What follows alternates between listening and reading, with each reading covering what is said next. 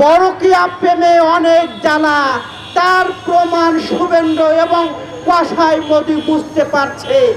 এই পরকীয়া প্রেমিককে যখন বাংলাদেশের মানুষ নিক্ষেপ করে মোদির কোলে দিয়েছে, এখন মোদি অশান্ত হয়েছে। শুভেন্দু, আমরা জানি আপনারা যারা ভারতের রাষ্ট্র ক্ষমতায় আছেন তারা পরকীয়া করতে খুব পছন্দ করেন।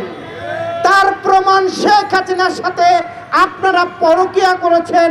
বাংলাদেশের জনগণের যখন আপনাদের বিরুদ্ধে কথা বলে তখন আপনারা বলেন যে বিয়ে কয়টা করেছে। শুভেন্দু, বাংলাদেশের মানুষ পরকীয়া করতে বিশ্বাসী না। বাংলাদেশের বিএনপি সহ অন্যান্য রাজনৈতিক দল পরকীয়া করতে বিশ্বাসী না, কিন্তু আমরা দেখছি কসাই মোদি এবং বিজেপির যে সকল নেতারা আছেন তারা পরকীয়ায় ব্যস্ত থাকেন। এই পরকীয়া প্রেমিক আপনারা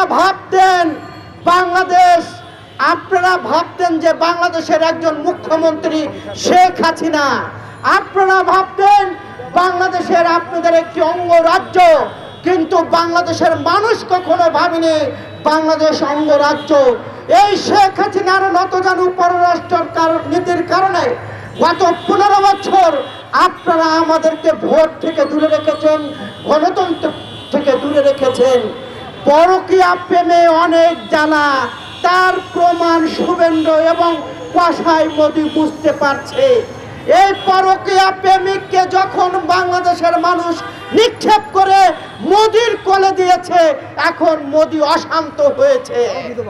আজকে এই বিধবা প্রেমিককে নিয়ে মোদি এবং শুভেন্দুরা নানান রকম প্রশ্ন করছেন এবং বাংলাদেশে উস্কিয়ে দেওয়ার চেষ্টা করছেন, বাংলাদেশে অরাজকতা করার চেষ্টা করছেন।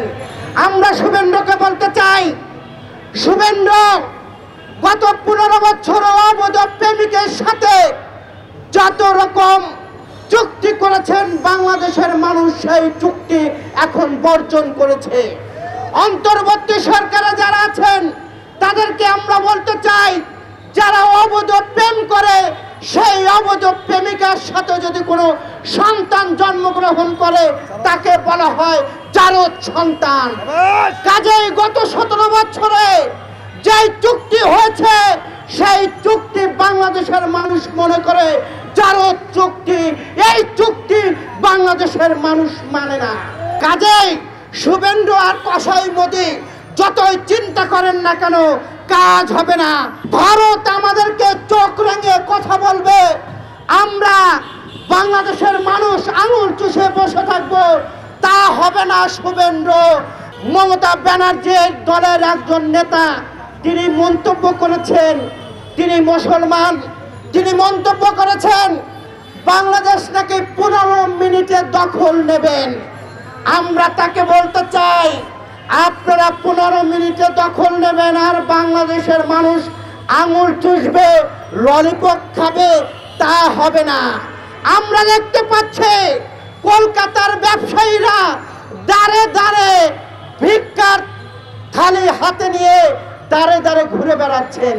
তাদের ব্যবসা হচ্ছে না, তাদের হোটেল চলছে না, তাদের হসপিটাল চলছে না। বাংলাদেশের মানুষ ভারতের ভিসা বয়কট করেছে এবং ভারতকে বয়কট করেছে। ভারত আমাদেরকে কি ভিসা দেবে? ভারত আমাদের সাথে কি বন্ধুত্ব করবে? যেই বন্ধুত্বর নামে গত 17 বছরে সীমান্তে আমার ভাইদেরকে হত্যা করা হয়েছে, যেই বন্ধুত্বর নামে আমরা দেখেছিলাম সীমান্তে আমার বোন ফেলানির কাছে তারে ঝুলিয়ে রাখা হয়েছে, সেই বন্ধু আমরা চাই না।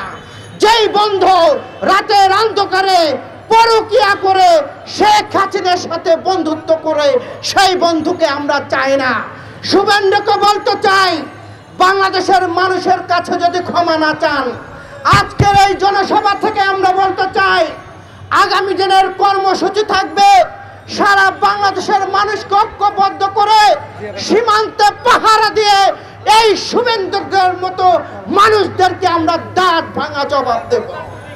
কসাই মোদিকে আমরা দেখতে চাই না। আমরা বাংলাদেশের মানুষ স্বাধীনতা পেয়েছি, ভারতের আগ্রাসনকেও সেভাবে তাড়িয়েছি।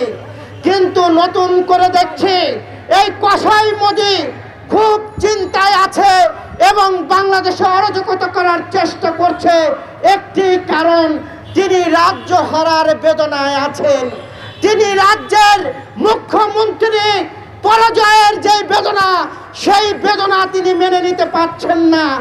এখনকার বাংলাদেশ শক্তিশালী বাংলাদেশ, এটা কোনো শেখ হাসিনার বাংলাদেশ নয়, এটা কোনো মুখ্যমন্ত্রী শেখ হাসিনার বাংলাদেশ নয়। এখন এই বাংলাদেশের প্রধান রাষ্ট্র ক্ষমতায় আছেন একজন নোবেল বিজয়ী। তাকে ধন্যবাদ জানাই।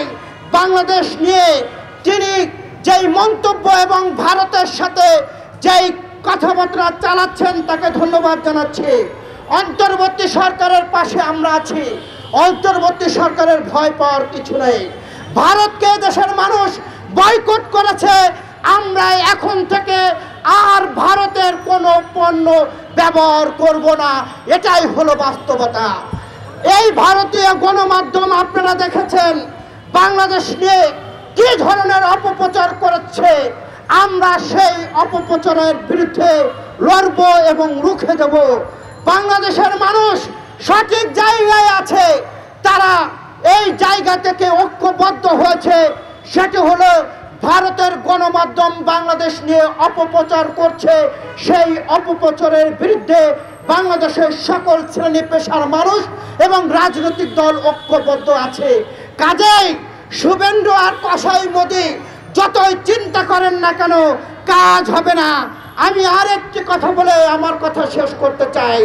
আসাম আমার, শিলং আমার, মেঘলা আমার।